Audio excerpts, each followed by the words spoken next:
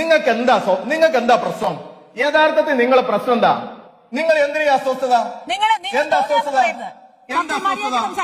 ഞാൻ പറയുമ്പോ മാത്രം നിങ്ങൾക്ക് അസ്വസ്ഥത. നിങ്ങളോട് ചോദ്യം ആര് തോന്നിയാസം പറഞ്ഞതാ? തോന്നിയാസം ഞാനാ പറഞ്ഞത്, നിങ്ങളാ തോന്നിയാസം പറഞ്ഞത്. രാജു പീനാരോട് ഞാൻ ചോദിച്ചത് ആരോട് ചോദ്യം ചോദിച്ചിട്ട് മറുപടി പറയട്ടെ എന്ന് പറഞ്ഞു. ചോദ്യം ചോദിച്ചാൽ മറുപടി പറയാനുള്ള അവസരം തരണം. ചോദ്യം ചോദിച്ചാൽ മറുപടി പറയാനുള്ള അവസരം തരണം. വീണ്ടും ചോദ്യമായിട്ട് വരലല്ല. അതാ മാന്യത, അതാ മര്യാദ. നിങ്ങൾ ഈ ചർച്ച നിയന്ത്രിക്കുന്ന ആളാ. നിങ്ങൾ ഈ ചർച്ച നിയന്ത്രിക്കുന്ന ആളാ. നിങ്ങൾ ഒരു ഭാഗത്ത് രാജു പിന്നാരിന്റെ ചെക്കുട്ടി സാഹിബിന്റെ ഇവിടെ ഈ ചർച്ചയിൽ ഈ പ്രേക്ഷകർ കേൾക്കണം. ഞാൻ സ്വർണ്ണക്കൊള്ള എന്ന് പറഞ്ഞ വാക്യം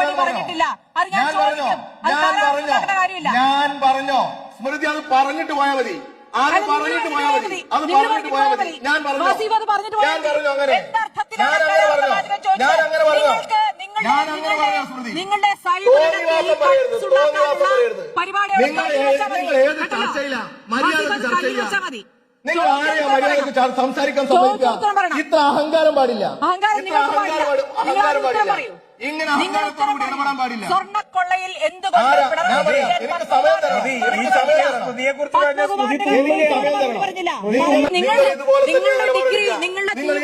എനിക്ക് സംസാരിക്കാൻ പറ്റില്ല.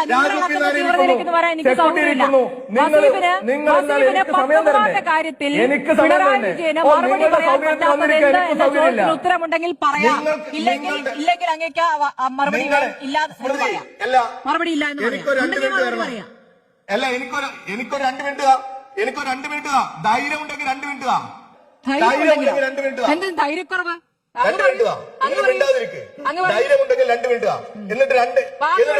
സൂക്ഷിച്ചുപയോഗിക്കുക.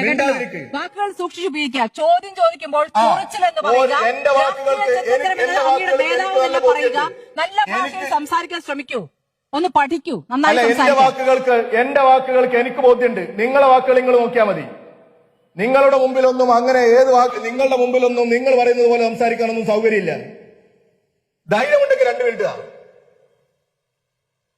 നിങ്ങളും രാജു പി നായരും ചെക്കുട്ടിയും ഒക്കെ ഇരുന്ന് ഇവിടെ ഇപ്പുറത്ത് നിങ്ങൾ എല്ലാവരും ഒരേ ലൈനിൽ സംസാരിക്കുന്നു, ഞാൻ മാത്രം മറ്റൊരു ലൈനിൽ സംസാരിക്കുന്നു. ആ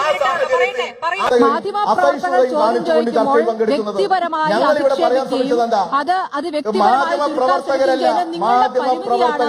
നിങ്ങളുടെ പരിമിതിയാണ് വസീഫ്.